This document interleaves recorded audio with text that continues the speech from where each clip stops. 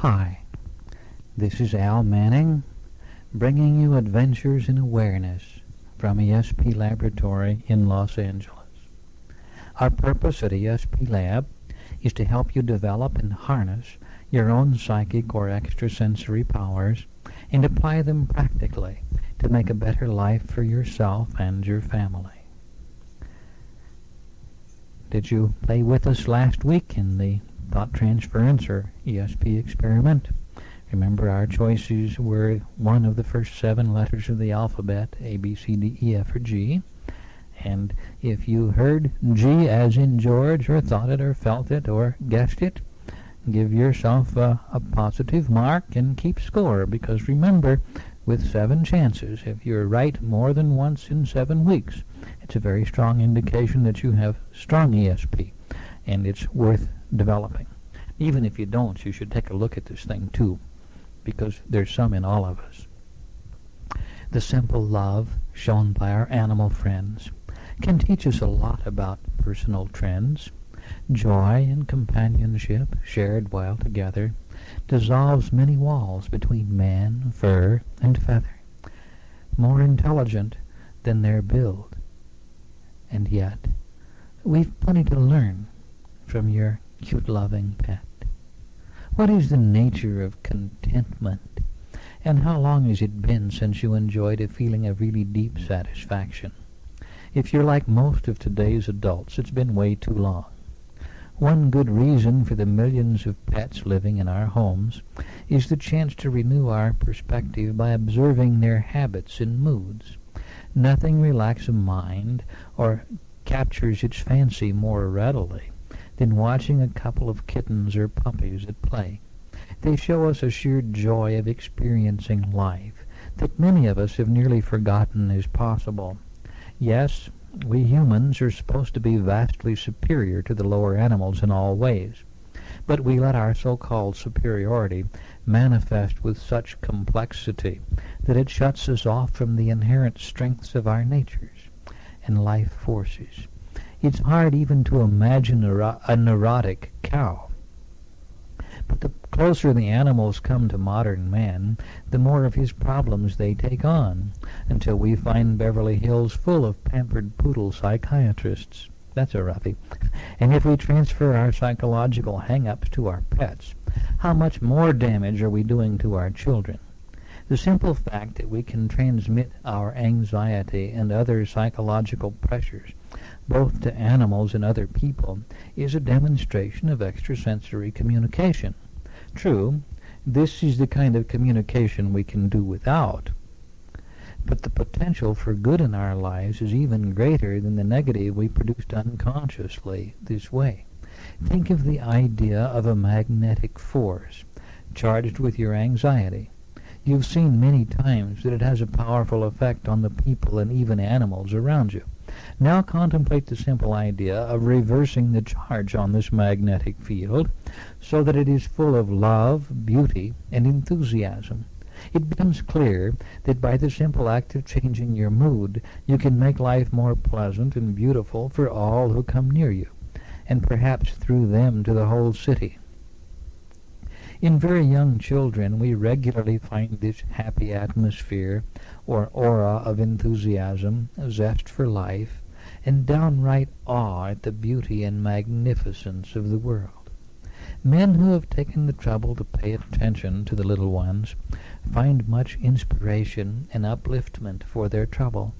We can be sure it was this quality which prompted the Master Jesus to make his often misunderstood pronouncement, "Whosoever shall not receive the kingdom of God as a little child, he shall not enter therein."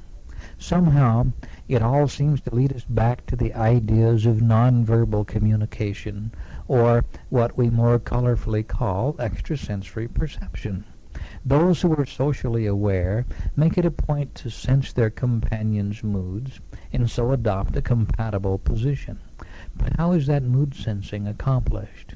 We might suggest that the way one holds their head, the tone of voice, the eyes, the face, we can learn something about moods from each of these. But the truly aware person admits the use of intuition in the picking up of feelings or vibrations from their companions' auras. A little extra time spent in sharpening your own extrasensory mechanisms in this fascinating area of feeling or nonverbal communication can contribute more to your happy human relations than all the reading or money there is. This is only one of the many intensely practical applications of ESP. Your overall effectiveness increases directly with the attention you learn to pay to the vast storehouse of information surrounding you. Look into this fascinating field and find how you can increase the quality of your life expression. One tiny act of friendship, a smile, or pat of hand, can change the course of history, the destiny of a man. The feeling of good fellowship transmits itself afar, impelling some world leader perhaps to say peace instead of war, or lifting up a scientist once more to strive and do a brand new cure created, and the life it saves is you. Let's remind you, do have a pencil and paper ready so you can write down our address if you don't have it already, and be able to participate fully in the ESP experiment. And this week we're going to use numbers instead of the letters we used last week. I will project a number between 1 and 7. Again, 1, 2, 3, 4, 5, 6, or 7 for about 3 minutes at the end of the program, just as we go off, and try with us and let us, go on record. That's part of the game. Go on record of what you picked up or thought it was. This helps tie it down for you, and do practice. And remember, if you're right more than 1 week out of 7, you're coming very well. What makes the ocean's edge such a peaceful place? Is it waves gently tipping their caps of lace, or graceful gulls gliding near the shore? Yes, it's both of these, and so much more.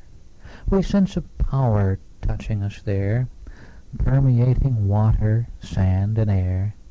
Then as along the beach we plod, we find we're very close to God. Our busy world brings us many wonderful conveniences, but most of us pay a price of tension and striving that sometimes seems too much for the meager benefits of creature comfort we derive. When you walk into a room, do you find that you add to the confusion and tension that's already there, or do you bring your own peace with you? One very good way of adding to your list of meaningful friendships is to purposely develop an aura of personal peace. Other people sense your feelings and like to be around you when you give off peaceful vibrations. Have you stopped to think that we attract friends of reasonably similar psychological makeup to our own?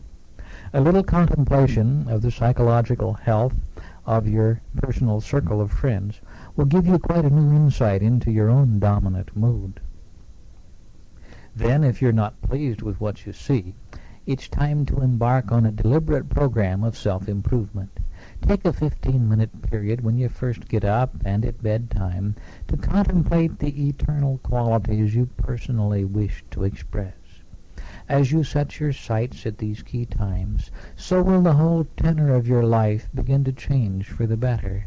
Leave the house in the morning with your aura charged with the powerful qualities of peace, effectiveness, intelligence, beauty, warmth, and friendship.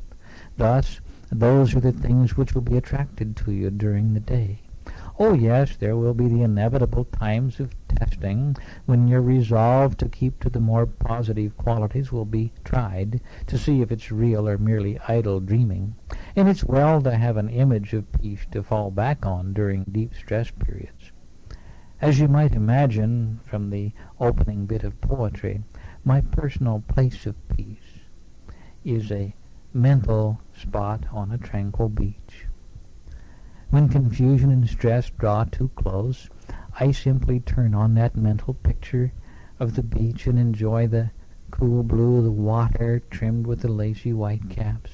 I feel the soft caress of the sunshine in my imagination, in the lush, healing blue color of the sky. Then I feel the cool sand between my toes as they burrow deep into the imaginary shore, and it becomes the true reality. There's an old bromide about if you can keep your head while all around you are losing theirs, you just don't understand the situation. But it's completely wrong. If you can keep your cool while the others around you are losing theirs, then you will be the clear thinker who picks up all the marbles. Yes, this ties directly into the development of the extrasensory faculties, because they work effectively for us only when we are relaxed and at peace.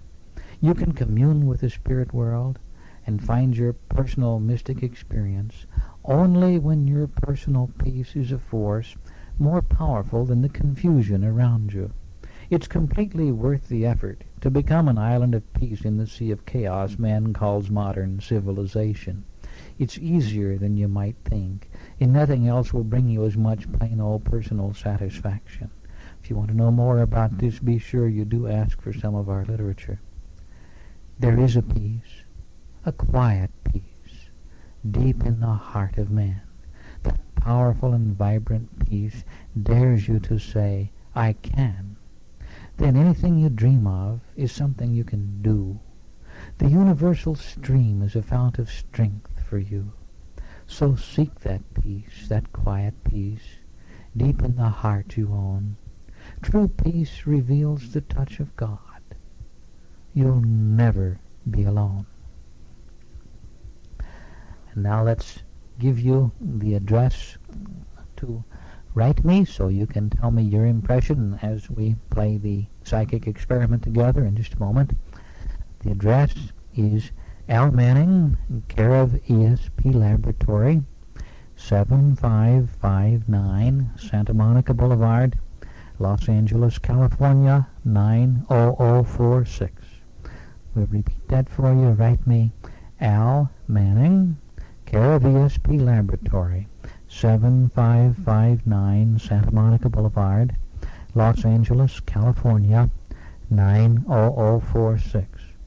And we have so many interesting, rewarding, and totally fun programs, not just local classes, but all sorts of things through the mail that you can do with us that you'll really enjoy a look at our literature and our catalog. Do ask for that too.